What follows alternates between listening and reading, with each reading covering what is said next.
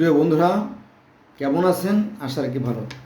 আমি আজকে ধর্মে যে গরুর কাহিনী, এই গরুর কাহিনী নিয়ে আলোচনা করব।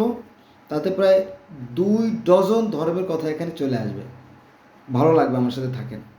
নাম্বার 1, আমরা যদি পৃথিবীর সর্বপ্রাচীন, একদম সর্বপ্রাচীন যে মিশরীয় যে কাহিনী, গিলগেমেসের যে মহাকাব্য, সেখানে আমরা দেখতে পারি যে গিলগেমেস এবং তার যে বন্ধু এনকেদু, এরা যখন অত্যাচারী হয়ে যায়, যখন মানুষের ক্ষতি সাধন করতে থাকে, তখন সেই স্বর্গের রাজা যিনি, সৃষ্টিকর্তা যিনি, তিনি দেবী আরুরুকে বলে যে তুমি কাদা দিয়ে একটা গরু তৈরি করো এবং তার শিং থাকবে, যাতে এই শিং দিয়ে শত্রুকে ফুটা করে দিতে পারে, মানে মেরে ফেলতে পারে আর কি, এরকমটা আর কি। তো সেই গিলগেমেসের মহাকাব্য আমরা সেই গরুর কাহিনী জানতে পারি। তারপরে আমাদের ইসলাম ধর্মের যে প্রথম মানব, আদম, তিনি যখন পৃথিবীতে আসে, তখন তার সাথে একটা গরু ছিল। আদমের সাথে একটা গরু ছিল, আর ফেরেশতার সাথে ছিল। আর আপনার আদমের এক হাতে ছিল এক মুষ্টি গাছের পাতা, আর এক হাতে ছিল এক মুষ্টি গম। তখন আদম বলল যে হে গরু, চাষ করো। তো গরু কথা বলে, মাটি শক্ত, এত শক্ত মাটি কীভাবে চাষ করবো, এই তখন কথা কাটাকাটি হচ্ছিল। তখন আল্লাহ কাছে আবার আদম নালিশ করে যে আল্লাহ, এই তো গরু তো খুব বেয়াদব, খালি কথা বলে। তখন থেকে নাকি গরুর জবান বন্ধ করে দেওয়া হয়েছে, এরকম আর কি কাহিনী আছে। যাই হোক, তাহলে গরু, আমরা যে প্রাচীন যে গ্রন্থ, সেখানেও গরুর কাহিনী পাই। আবার সর্বনবীন যে ইসলাম ধর্ম, সেখানেও গরুর কাহিনী পাই। তাছাড়া পবিত্র কোরআন শরীফের প্রথমে কিন্তু গরুর কাহিনী আছে, তো গরু বা গাভী বা বাকারা মানে গাভী বা গরু, সেটা আছে। আবার বেদের প্রথমে এই গরুর কাহিনী আছে। তাওরাত, জবুর, ইনজিল, বাইবেল সব জায়গায় এই গরুর কাহিনী আছে, একই কথা। তবে ব্যাখ্যা বিশ্লেষণটা একটু ভিন্ন। এবার আসেন মিশরীয় ধর্মে গরুর কাহিনী। মিশর, আমরা যে ফারাও রাজাদের যে কাহিনী, সেখানেও গরুর কাহিনী আছে। সেটা হচ্ছে যে সৃষ্টিকর্তা যখন মানুষ সৃষ্টি করলেন, মানুষ এবং সৃষ্টিকর্তা একসাথেই ছিলেন। যেমন জান্নাতে আদম হাওয়া একসাথে ছিলেন, ঠিক এরকমটি সৃষ্টিকর্তা রা এবং মানুষ একসাথে বসবাস করতেন। কিন্তু দেখা গেল যে ওই ওসাইরিস এবং তার ভাই সেত, এরা দুইজনে মিলে মারামারি খুনোখুনি শুরু করে দিল। দীর্ঘদিন, প্রায় 80 বছর ধরে মারামারি। হ্যাঁ, দেবতারা অনেক বিচার আচার করে, কিন্তু কিছুতেই কিছু হয় না। শেষ পর্যন্ত সেই সৃষ্টিকর্তা একসময় তিক্ত বিরক্ত হয়ে বলে যে না, ভাবছিলাম তোদের সাথে আমি একসাথে থাকবো, তোদের সাথে আর থাকা হলো না, এজন্য আমি স্বর্গে চলে যাচ্ছি। মানুষ পৃথিবীতে পড়ে রইল, আর সৃষ্টিকর্তা রা, তিনি গরুকে বললো, হে গরু, তুমি আমাকে স্বর্গে নিয়ে চলো। আবার আরেকটা কথা আছে যে নাট, বাতাসের দেবতা, বাতাসকে বলল যে হে বাতাস, তুমি আমাকে স্বর্গে নিয়ে চলো। তিনি স্বর্গে চলে গেলেন। আর ওসাইরিসও বলল যে আমিও থাকবো না এই পৃথিবীতে, কারণ এই পৃথিবীটা ভালো না, এত মারামারি খুনোখুনির মধ্যে আমার থাকা সম্ভব না। পরে ওসাইরিসও চলে গেল স্বর্গে, মানে পরকালে যিনি স্বর্গের দেবতা হবেন ওসাইরিস, সেও চলে গেল, সাথে আরও দেবতারাও সেই গরুর শরীরের পরে চড়ে তারাও স্বর্গে চলে গেল। এই কাহিনী আছে। তার মানে গরুর কাহিনী কোথায় পেলাম?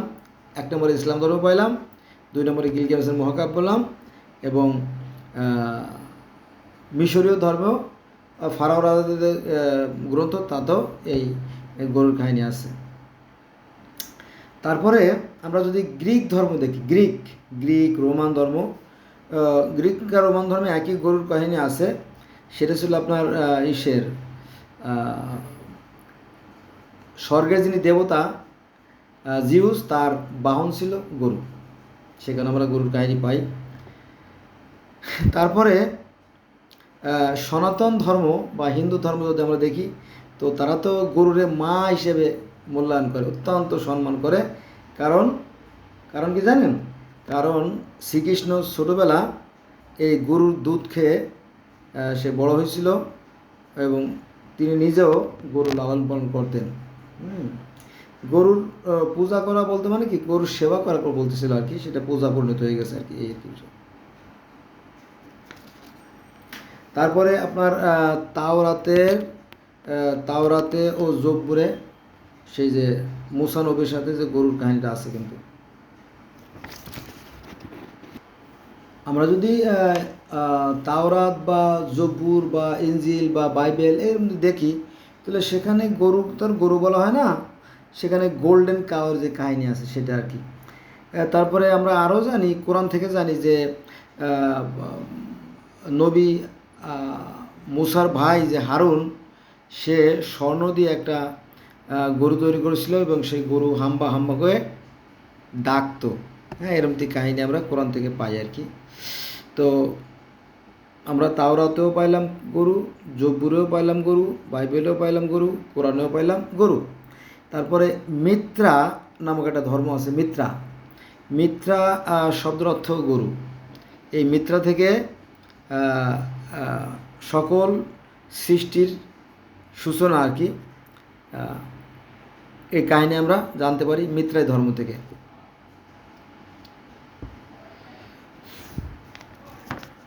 এখানে গ্রিক ধর্মের যে ব্যাপারটা, সেখানে আছে দেবরাজ জিউস যিনি আর কি স্বর্গের রাজা, তিনি আর্গোসের রাজা ইনাকাসের কন্যা আইজ্যাককে দেহভোগ করার জন্য গাভীতে পরিণত করে, এবং সারা পৃথিবীময় তাকে তাড়িয়ে নিয়ে বেড়ায়, এরকম একটা কাহিনীও পাওয়া যায়।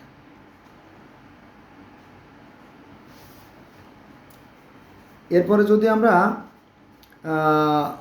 পার্সি ধর্ম বা জরথুস্ট ধর্ম দেখি, তো সেখানেও গরুর উপস্থিতি আমরা দেখতে পাই। কারণ সেখানে বলা হয় যে এই ষাঁড় ও মরণশীল, মানে এই ষাঁড় থেকেই প্রথম মানব বা অন্যান্য প্রাণীর সৃষ্টি হয়, এবং একটা গাছ ছিল, সেই গাছ থেকে পৃথিবীর অন্যান্য সমস্ত গাছের সৃষ্টি বর্ণনা করা আছে। মানে বিষয়টা হচ্ছে যে এই ষাঁড়ের রক্ত থেকে সমস্ত প্রাণীগুলোর সৃষ্টি হয়, এরকম বর্ণনা আছে। কোথায়? পার্সিয়ান ধর্ম বা জরথুস্ট ধর্মে যদি আপনারা দেখতেন। কিন্তু অধিকাংশ মানুষ জানে না যে পার্সিয়ান ধর্ম বলে কিছু একটা পৃথিবীতে আছে, তাই অনেকে জানে না। পার্সিয়ান ধর্ম বলতে বর্তমান যে ইরান, এর পূর্ব নাম ছিল পারস্য। তো সেখানে একটা ধর্ম ছিল, সেই ধর্মের নাম আছে পার্সিয়ান ধর্ম বা জরথুস্ট ধর্ম আর কি। এরপরে আমরা যদি আমাদের বাংলাদেশের পূর্ব দিকে যাই, চীন, জাপান, কোরিয়া, লাওস, ভিয়েতনাম, এই সমস্ত জায়গা যাই, তো সেখানে দেখা যাবে যে টিয়ান অর্থাৎ কনফুসিয়াস ধর্মে টিয়ান অর্থাৎ সৃষ্টি করার উদ্দেশ্যে পশু বলে দিয়ে থাকে। কারা? কনফুসিয়াস ধর্মের যারা অনুসারী, তাও ধর্মের যারা অনুসারী তারা। আপনারা জানেন যে আমাদের বাংলাদেশে যে এই পদ্মা সেতু যখন তৈরি করা হয়, তখন এই জাপানিরা বা চীনের যে ইঞ্জিনিয়ার আছে, তারা কিন্তু গরু জবাই দিয়েছিল। খেয়াল আছে আপনাদের? তারা গরু জবাইও দিয়েছিল, আবার সেই মাংস তারা খায়। এই ধরনের প্রথা সেখানে আছে, হয়তো আমরা জানি না। আমাদের ধর্মগুলো এগুলো আমাদের জানতে দেয় না, কারণ তাদের ব্যবসার মানে ধর্মীয় ব্যবসার ক্ষতি হতে পারে, এই জন্য।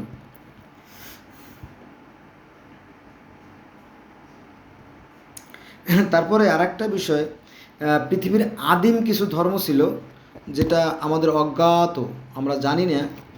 সেখানে সৃষ্টিকর্তা আনু বলতো তারা। সেই আনুর উদ্দেশ্যে দেবালয়ে খাদ্য, শস্য এবং পশুর রক্ত দিতে হতো। পশুর রক্ত মানে কি? পশু বলি দিতে হতো। এটা কি ধর্মে? আদিমতম বহু ধর্ম আছে, শত শত ধর্ম বা হাজার হাজার ধর্ম, সেখানে যাব না, গেলে পরে অনেক সময়ের ব্যাপার, আপনারা যা ভালো মনে করেন আর কি। তো সেখানেও সেই আনুর উদ্দেশ্যে কি পশু বলি দেওয়া হতো, এরকম একটি বর্ণনা আছে। তারপরে কেনানাইট নামক একটা ধর্ম আছে।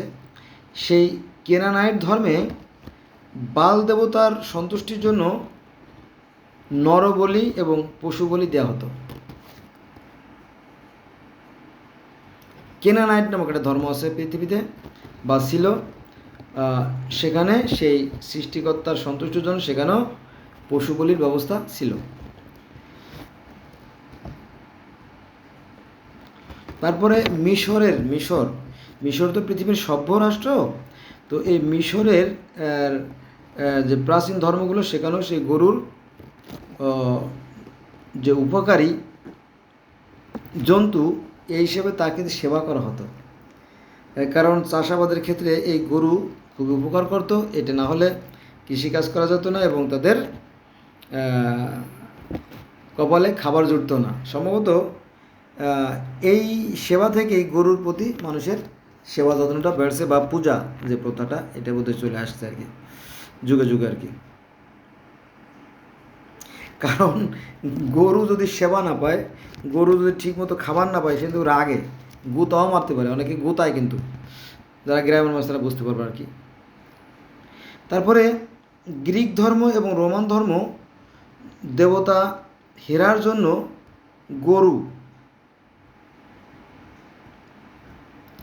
দেবতা জিয়াসের জন্য ষাঁড় এবং দেবতা ডিমিটারের জন্য শূকর এবং দেবতা অলিম্পিয়ানের জন্য পূজা উৎসর্গ করা হতো। তারপরে আমাদের বাংলাদেশের যে উপজাতি আছে, অনেকে জানে কি জানি না আমি, আমাদের বাংলাদেশের যে উপজাতি আছে অনেক উপজাতি, যেমন গারো, হাজং, মগ, কুকি, কুমি, টিপরা, সাঁওতাল, এরকম বহু উপজাতি আছে এবং তাদেরও বহু ধরনের বিচিত্র এই ধর্মীয় আচার অনুষ্ঠান আছে। তো গারোদের একটা সম্প্রদায় আছে যারা প্রতি বছর একটা নির্দিষ্ট সময়ে শোক পালন করে। কেন শোক পালন করে জানেন?